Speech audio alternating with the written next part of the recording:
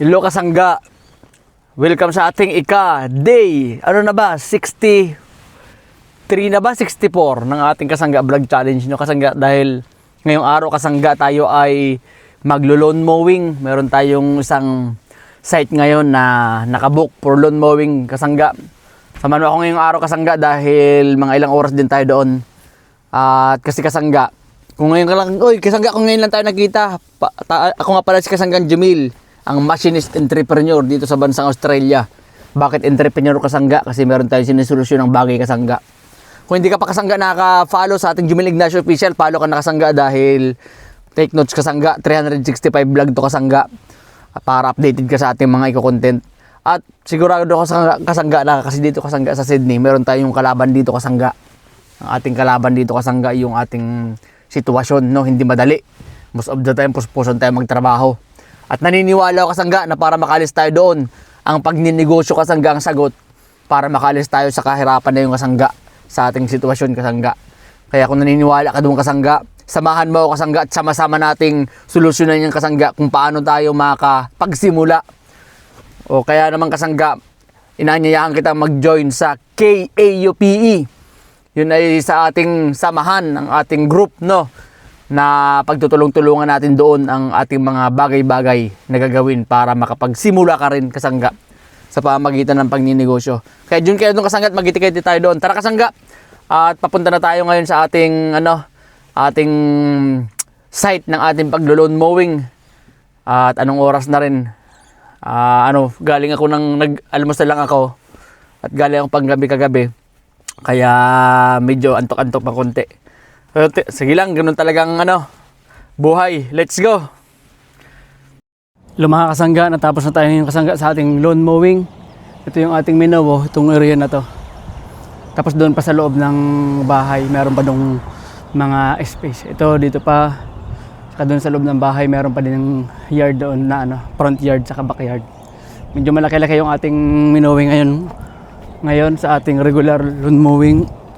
Saka meron din doon sa may harap.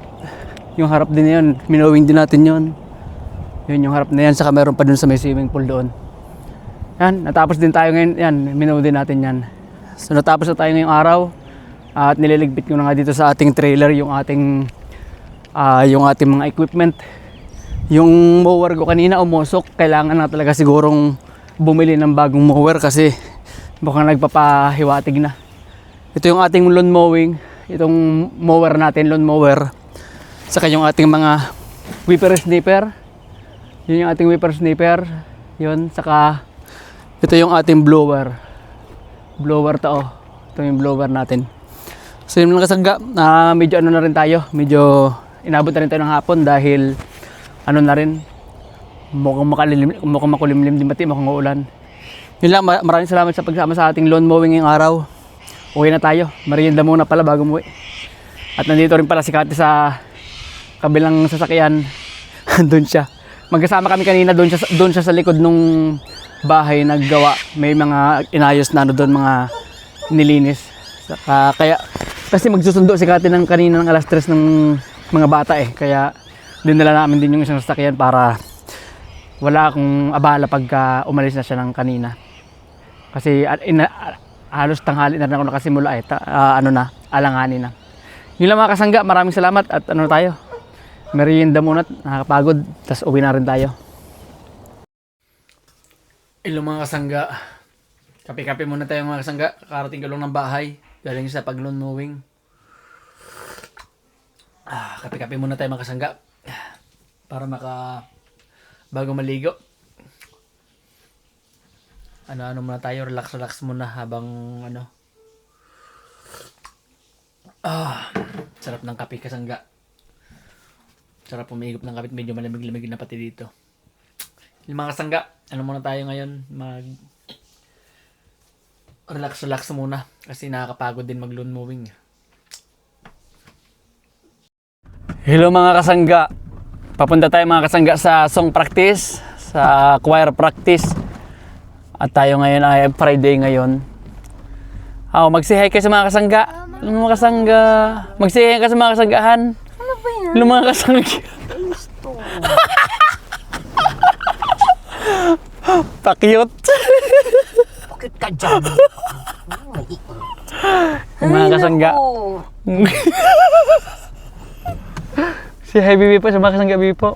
Hello mga kasangga. What do you want to say to our kasangga po? Stay. Work hard and ano pa po? And stay happy. Work hard and stay happy daw po sabi ng Nico nil mga kasangga. Oh, bye na tayo mga kasangga at papunta tayo sa song practice, sa choir practice. Bye mga kasangga. Hello mga kasangga. Dito tayo ngayon sa practice sa choir mga kasangga. Practice muna tayo ng song practice for Sunday Mass. Choir practice mga kasangga. Magsasay ka, Bi, sa mga kasangga, Bi. What will you say to our kasangga?